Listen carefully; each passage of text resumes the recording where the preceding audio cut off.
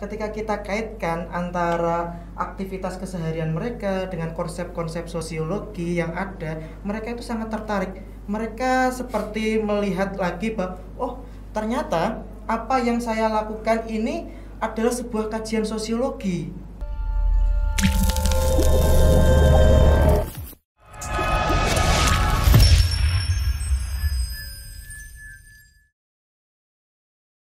Halo Sobat Sesantuy, kembali lagi nih di podcast Sosan. Oke, pada kesempatan kali ini kita kedatangan tamu yang sangat spesial dari MBMP Sosiologi Kabupaten Bojonegoro, Jawa Timur. Oke, mungkin sebelum mulai, mungkin Bapak dan Ibu bisa memperkenalkan diri. Ya, terima kasih. Nama saya Ibu Dr. Anda Wahyunanti MPD. Saya selaku Ketua MBMP Sosiologi Kabupaten Bojonegoro. Saya mengampu di SMA Negeri 4 Bojonegoro. Ya, itu yang bisa saya sampaikan.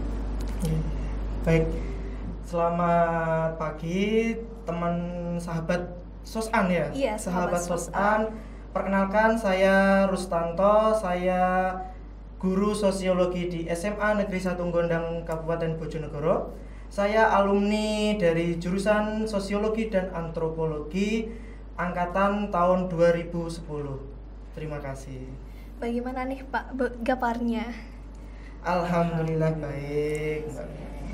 Walaupun tadi malam berangkat jam 11. Malam banget ya Bu. Iya.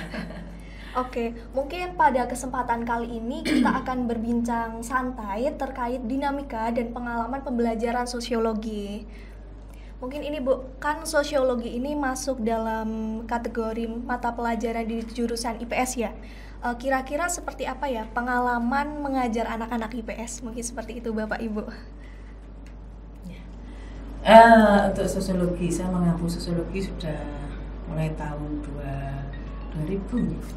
Untuk tahun 2000, saya mengajar kelas 10 pernah, kelas 11 pernah, 12 pernah. Saya mengajar anak-anak untuk mengajar sosiologi karena sosiologi itu kan teori ya.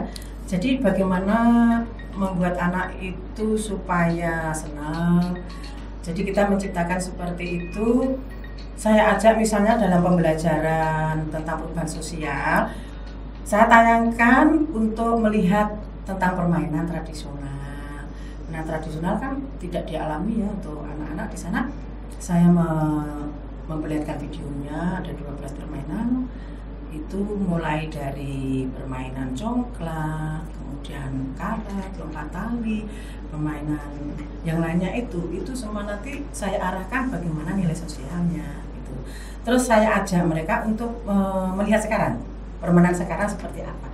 Jadi mereka sangat suka sekali karena dia bisa langsung membandingkan antara di sini kan karena sekarang zaman milenial yang mereka tidak kenal, jadi saya arahkan dilihat dari nilai sosialnya bagaimana gitu. Anak-anak paham, jadi anak-anak sudah paham sekali bahwa oh iya berarti permainan dulu seperti ini gitu. Kemudian kalau saya mengajarkan tentang kearifan lokal, saya mengajak mereka untuk semacam membuat proyek itu di lingkungan sekitar itu apa yang bisa kalian munculkan. Misalkan di sekitar ada tanaman pandan itu yang pakai untuk tikar. Nah, kita ajak untuk nanti di sana bisa dibuat semacam kerajinan seperti itu. Kemudian di lingkunganmu sekitar yang dekat-dekat menghasilkan apa? Kita arahkan. Jadi mereka sangat senang sekali kita ajak seperti itu. Bahkan kalau untuk penelitian saya terjun langsung bersama anak-anak melihat masalah sosial gitu. Jadi sangat enjoy, sangat senang. Iya Bu, berarti harus menciptakan suasana yang menarik gitu ya Bu dalam pembelajaran. Karena sosiologi itu kan lingkungan ya. Iya. Jadi lingkungan mereka itu lingkungan yang satu dengan lainnya kan berbeda. Jadi kadang saya suruh menceritakan, misalnya permasalahan sosial yang satu dengan lainnya enggak sama kan. Jadi kadang-kadang mereka salah satu contoh untuk penelitian sosial di kelas 10, mereka mengangkat tentang sampah. Lingkungan mereka itu masalahnya sampah. Terus lingkungan satunya itu masalah kenakalan. Nah seperti itu, jadi beda. Jadi pada saat diskusi, mereka presentasi itu adalah merupakan suatu pengalaman yang bisa mereka itu kaji. Oh iya ya berarti ini, nah seperti itu. Jadi sangat enjoy sekali mereka. Jadi bagaimana Bapak Ibu guru mengajak mereka untuk mereka itu menyenangi. apalagi kalau sudah jam-jam yang terakhir. Nah, ini yang sangat membosankan seperti itu ya, karena tidak ada hitungannya kan untuk bagaimana seperti itu. Banyak yang suka untuk sosiologi antropologi itu, alhamdulillah seperti itu ya. Itu untuk sementara. Kalau untuk materi sosiologi kan sangat banyak ya, terus banyak peserta didik juga memerlukan keterampilan untuk membaca karena materinya yang begitu banyak. Kira-kira seperti apa ya Pak materi yang banyak diminati oleh peserta didik seperti itu? Baik. Jadi sebenarnya ketika kita berbicara mengenai sosiologi, itu kan sesuatu hal yang sangat dekat dengan kita. Iya. Sesuatu yang kita laksanakan setiap hari di lingkungan kita. Kita hanya mengkaitkan, memberi contoh bahwa oh ini loh aktivitas kalian itu dikaji dengan pendekatan sosiologi seperti ini. Hal-hal yang mereka sebenarnya dulunya belum tahu tapi mereka sudah melaksanakan. Ketika kita kaitkan antara aktivitas keseharian mereka dengan konsep-konsep sosiologi yang ada, mereka itu sangat tertarik. Mereka seperti melihat lagi bahwa oh ternyata apa yang saya lakukan ini adalah sebuah kajian sosiologi. Nah, hal-hal seperti itu yang menurut mereka sangat menarik. Mereka itu sangat ingin menggali lebih dalam lagi bahwa aktivitas keseharian mereka itu masuk ke dalam konsep-konsep dalam sosiologi itu seperti itu. Oh iya Pak, kalau terkait kendala mungkin banyak ya Pak ditemui ketika mengajar seperti itu. Kalau kendala menurut Bapak ataupun Ibu seperti apa ya ketika mengajar sosiologi? Untuk kendala ya memang ada, walaupun tidak begitu banyak ya, kalau dihitung dengan persentase mesti ada. Kendala itu bagi mereka yang istilahnya itu mungkin kurang untuk literasi seperti itu. Jadi saya membedakan untuk mereka harus bagaimana memunculkan motivasi mereka seperti itu. Kadang saya pendekatan, misal coba baca dalam interaksi sosial itu kan ada seperti imitasi, nah seperti itu. Imitasi itu kan meniru. Biasanya kan saya memberikan contoh meniru. Kalian pernah meniru? Pernah. Nah, meniru apa? Ya kalau saya lihat TV itu potongan rambut itu. Iya, nah itu sudah ada dalam sosiologi. Cuma kamu tidak mau baca. Coba kamu baca. Iya. Jadi bagaimana kita memotivasi gitu. Jadi anak itu kadang kan pasti ada yang tidak mau baca dan lain sebagainya. Tidak mungkin kan untuk istilahnya awal kita mau mengajar terus harus guru dulu yang menjelaskan, mesti saya bangunkan dulu untuk motivasi bagaimana supaya dia itu tidak malas gitu. Kadang saya itu untuk pembukaan itu saya berikan untuk review yang kemarin. Yang bisa jawab saya berikan mungkin tambah nilai, mungkin saya berikan semacam reward seperti itu. Jadi itu saya untuk memotivasi mereka supaya mereka itu tidak. Jadi pada saat kadang saya tidak ngajar itu ditanya, Bu Bayu kemana tidak ngajar? Dicariin ya begitu. Gitu. Kadang saya kalau mengajar jam selesai, Bu sebentar terus Bu sebentar. Begitu. Jadi bagaimana supaya mereka itu tertarik sama pelajarannya gitu. Pelajarannya gitu. Kalau dari Bapak seperti apa Pak mungkin kendalanya? Kalau kita bicara kendala dalam kegiatan pembelajaran, tentu setiap pembelajaran pasti ada kendalanya. Ketika kita bicara mengenai pembelajaran sosiologi yang saya lakukan, bahwa ketika kita menghadapi suatu kendala, misal anak tersebut kurang termotivasi seperti yang disampaikan oleh Bu Wahyu, selain kita memberikan motivasi, juga kadang kita mengajak anak-anak untuk mencari suasana baru. Ketika anak-anak itu kita ajak untuk keluar kelas misalnya. Misalkan saya pernah, ketika kita berbicara mengenai interaksi sosial, itu ketika kita cuma menjelaskan di dalam kelas saja, interaksi sosial adalah seperti ini. Itu menurut mereka itu kurang menarik. Jadi saya kadang mengajak mereka langsung terjun. Dulu sebelum pandemi saya mengajak mereka untuk pergi ke pasar. Ketika mereka terjun ke pasar, mereka melihat apa sih yang interaksi yang terjadi di antara penjual dan pembeli, kemudian antar penjual atau antar pembeli, itu interaksi-interaksi apa saja yang ada di pasar. Mereka sangat tertarik. Jadi seperti itu. Itu salah satu trik saya agar anak-anak itu tertarik dengan pelajaran sosiologi yang saya sampaikan seperti itu. Iya, Pak. Luar biasa sekali. Kalau dari begitu banyaknya pengalaman Bapak sama Ibu ketika mengajar, kira-kira hal menarik apa yang Bapak dan Ibu peroleh mungkin bisa jadi gambaran kita untuk kedepannya gitu. Oh, sosiologi itu menarik gitu Pak, ketika diajarkan gitu. Oke. Di awal pembelajaran biasanya di kelas 10, mata pelajaran sosiologi itu adalah mata pelajaran yang asing untuk anak-anak yang baru. Iya. Karena dulu di SMP mereka memperoleh IPS secara umum. Jadi saya menganalogikan sosiologi itu seperti dokter. Jadi ketika kita bicara dokter, dokter itu adalah mengobati, menganalisis, mendiagnosis dan mengobati yang permasalahan yang ada di tubuh kita. Nah, sosiologi itu juga tidak jauh berbeda dengan ilmu kedokteran. Jadi ketika kita berbicara sosiologi, kita dapat menjelaskan, mendiagnosis dan memberikan solusi-solusi terkait isu-isu sosial, permasalahan-permasalahan sosial yang ada di masyarakat.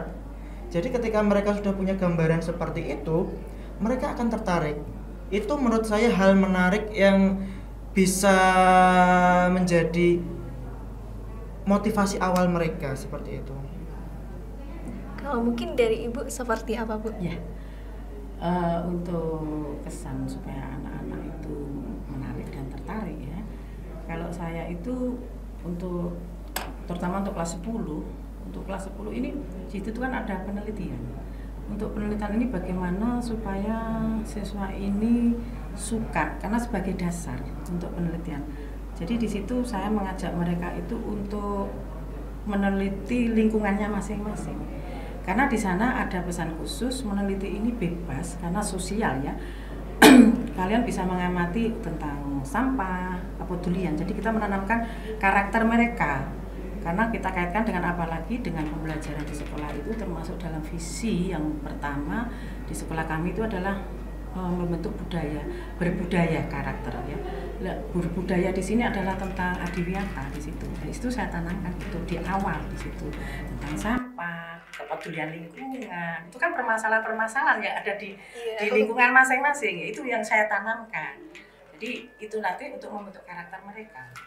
Jadi itu pesan yang ada di pada mereka, dan itu nanti karena tidak hanya berhenti di situ. Karena itu kita mewujudkan juga, karena sekolah kami itu sudah nasional, paling tidak itu kan berbudaya lingkungan itu sudah ada di nomor 2 yang tadinya di nomor terakhir. Maksudnya kan takwaan, berbudaya lingkungan, berprestasi, kemudian sekarang ini kan mewujudkan profil belajar Pancasila. Kalau dulu itu budaya lingkungan ada di bawah, sekarang harus setelah takwa itu. Nah ini, jadi ini harus ditanamkan betul karena hubungannya dengan itu. Jadi mengajak anak-anak peduli, kemudian untuk bisa mengatasi suatu permasalahan, karena semua sosiologi baik kelas 10, 11, 12 pasti ada, yaitu mengupas tentang permasalahan, apakah permasalahan tentang globalisasi, permasalahan tentang lingkungan, tentang kelompok, tentang apa, kan semua ada. Nah itu yang pada saat di dasarnya itu kelas 10 itu. Jadi mereka bagaimana suka akan penelitian, meneliti, menganalisa permasalahan itu. Akhirnya nanti bisa kalau dengan dasar itu mereka sudah muncul suka itu nanti untuk selanjutnya seperti itu. Jadi lancar ya Bu kalau udah suka gitu. Nah itu harus kita tanamkan seperti itu. Jadi mindset saya, kalian mungkin kalau penelitian itu sulit, ya gitu. Saya kirim dulu. Apa yang kamu bayangkan sulit? Ya begini. Nah, coba seperti itu. Jadi terkesan karena penelitian ini saya yakin sampai mereka itu kuliah, sampai mereka di masyarakat tidak lepas dari itu. Saya berikan gambaran seperti itu. Kalau dulu kan kelas 12, sekarang kelas 10 sudah ditanamkan seperti itu. Karena kaitannya banyak. Itu. Baik Ibu, ini berhubung kami ini dari pendidikan sosiologi dan antropologi yang mungkin nantinya kita banyak dari kita yang ingin menjadi guru sosiologi. Mungkin dari Ibu atau Bapak ada pesan-pesan untuk kami sebagai calon guru sosiologi, mungkin seperti itu. Bisa dari Bapak dulu. Oke. Baik. Jadi untuk adik-adik saya, karena mungkin di sini saya kakak tingkatnya. Baik, untuk adik-adik saya tetap semangat, karena apapun usaha kalian itu kelak akan kalian tuai di kemudian hari. Jadi sekarang terus semangat belajar, berkarya. Insya Allah nanti kalian akan menjadi guru-guru hebat sosiologi di masa depan, seperti itu. Mungkin kalau dari Ibu gimana Bu pesan buat kami? Sosiologi itu memang mengasihkan, itu menyenangkan, dan untuk sosiologi itu adalah jurusan yang sangat diminati dan sangat disukai. Jadi pada saat untuk adik-adik nanti calon guru, pada saat mulai mengajar, jadi nanti mohon untuk menciptakan bagaimana anak-anak itu bersemangat untuk dalam pembelajarannya, dan dalam pembelajaran itu dibuat yang sangat menarik. Saya yakin kok pasti kalau calon-calon guru pada saat mengajar besok sudah mulai mengajar, pada saat mengajarnya itu enak, menggembirakan, itu pasti anak-anak tidak masuk itu masih dicari, ditanyakan, dan seperti itu. Jadi, memang menyenangkan kok, sosiologi itu sangat menyenangkan. Saya merasakan itu.